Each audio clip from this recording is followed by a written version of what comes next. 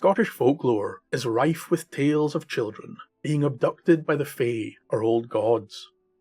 Sometimes this would be in the form of changelings, where the supernatural beings would replace a newborn human child with one of their own.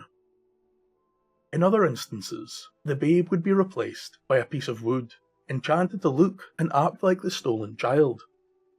The Fae would enslave these children in the Otherworld, where they would grow up in service of the old gods and attend their every whim. Yet in Scotland, it was believed that the Fae required humans to live, at least through infancy. The old scholars tell of the importance of human milk, and how it is necessary in the survival of the young she. This would be the main reason that many newborns were switched. The Fae court would gain a servant, and the she-child would be nursed and suckled by the milk of the human mother.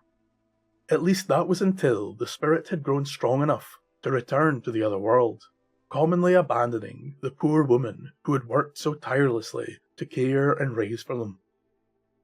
But on very rare occasions, the she would capture adult women, usually mothers, to act as nursemaids to the high-born children or Fae rulers of Elfhame. And it is just such a tale we will look at today, taken by the she.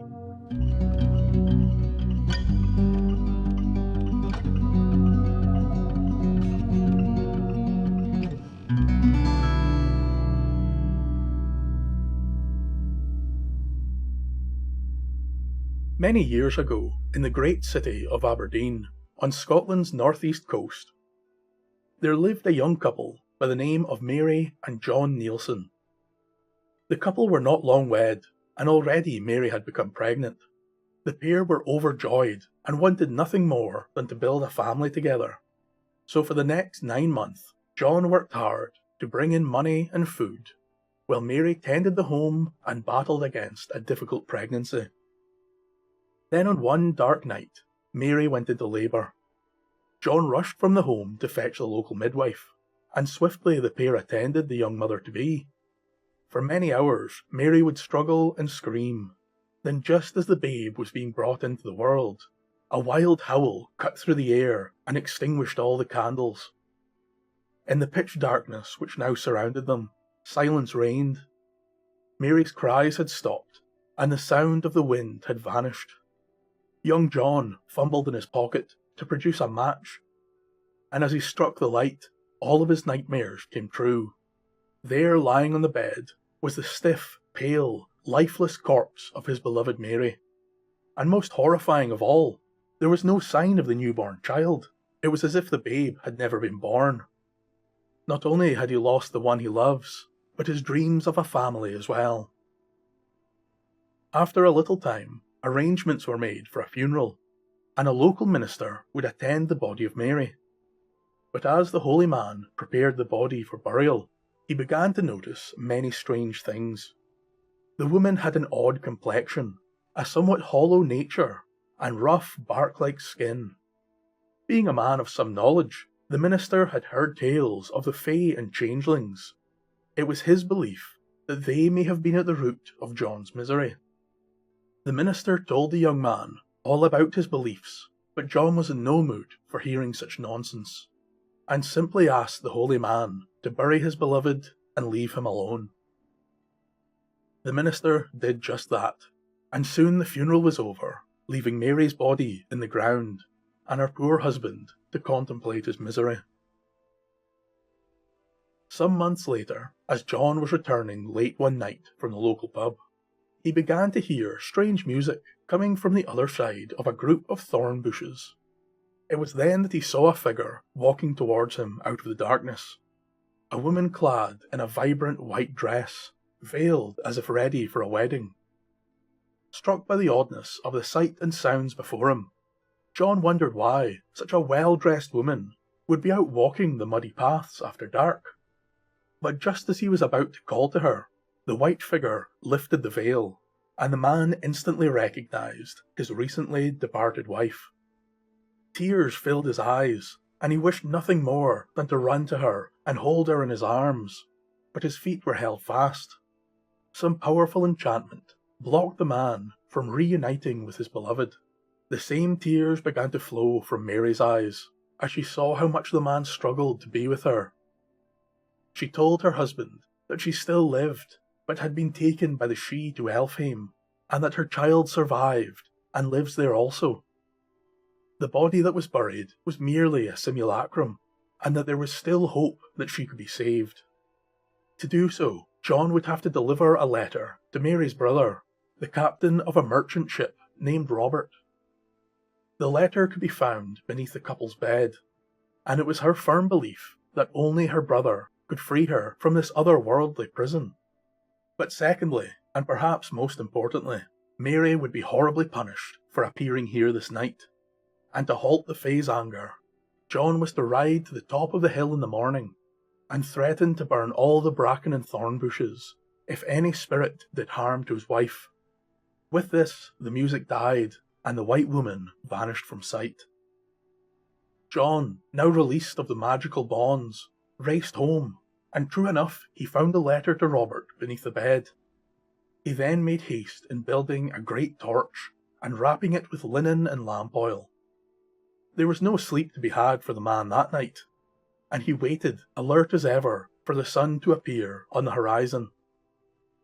As first light of the morning crept over the land, John was already mounted atop his horse, galloping to the hilltop. There he lit the torch and loudly proclaimed, "I will burn the bushes if any harm comes to my wife." For some time there was an eerie silence, but soon enough John heard a strange whispering voice return. "Cast away the book in your pocket, and come into the thorns. Worry not, they will not hurt you." After last night's meeting with his wife, John was a new person, as if reborn through the news of her and his child. Now this new man had become bold and strong, and he called back, "I'll nae enter, and I'll nae rid mysel of the holy book, and I demand that my wife face no punishment for her appearance the night before." The haunting voice tried multiple times to persuade the man to throw down the flaming torch and enter the bushes. But John would display a great resilience, and eventually the voice agreed that no harm would befall Mary or the child, so long as the man promised no harm to the bushes and thorns. The deal was struck, and John extinguished the torch before heading down the hill and returning to Aberdeen. Days and then weeks would come to pass, with John becoming more and more agitated and uneasy. Then on one morning, as the man sat in his usual spot near the harbour, he spotted a sail on the horizon, and knew this to be Robert's merchant ship. Soon both brother and husband were united, and John manically informed him of what had happened, but Robert knew all too well, as it was all told to him in the letter from his sister. And not only that, but it mentioned how to free her from Elfhame. Robert was to go to the bushes and thorns upon the hill at midnight. There he would find his sister, and was to take hold of her, and not let her go until the first light of dawn, no matter what horrors befell the pair.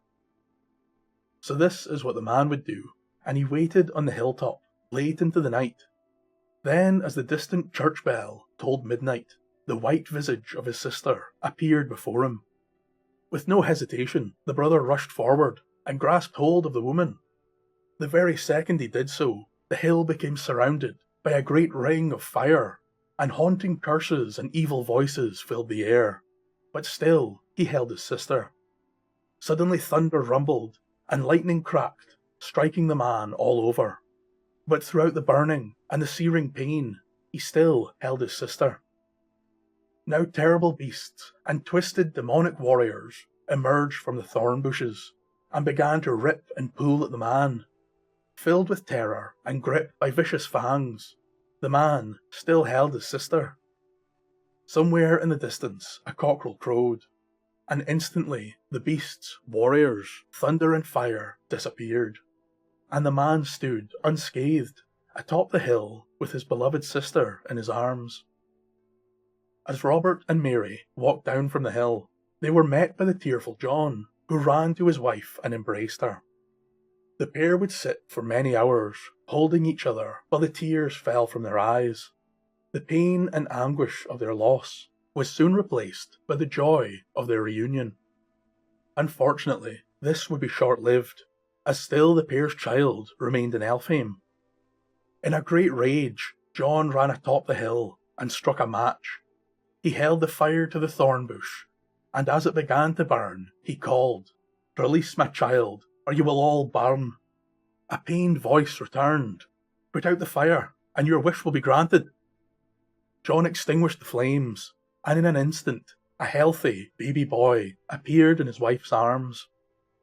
John vowed that if any other harm was to befall his son or his wife, he would return with fire and burn everything. Mary and the child returned home, and the couple would go on to live a long and happy life.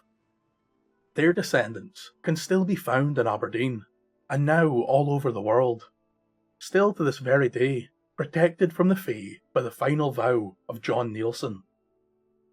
Thank you for listening, and a very special thank you to my wonderful patrons for helping me keep these tales alive.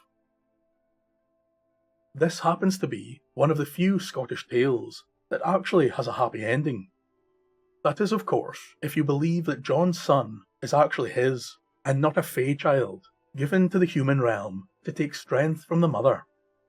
This could also explain why the descendants were protected from the Fae, as they themselves were part she. There is, of course, another theory, which tends to dim the light on our happy ending as well. You see, in most cases of Fae kidnapping, it is the husband or the woman's true love that saves her, which makes this tale stand out when compared to others. Unless, of course, we assume the brother is the child's true father, or perhaps just the woman's true love. Then this would explain why only he could save her, and only he could survive the night. This tale has many connections to the Scottish classic that is the story of Tam Lin, which I covered in a previous video. The method of freeing a human from the bonds of the Otherworld, or Elfhame, are very similar. Interestingly enough, there's another connection between changelings and the Tam Lin story.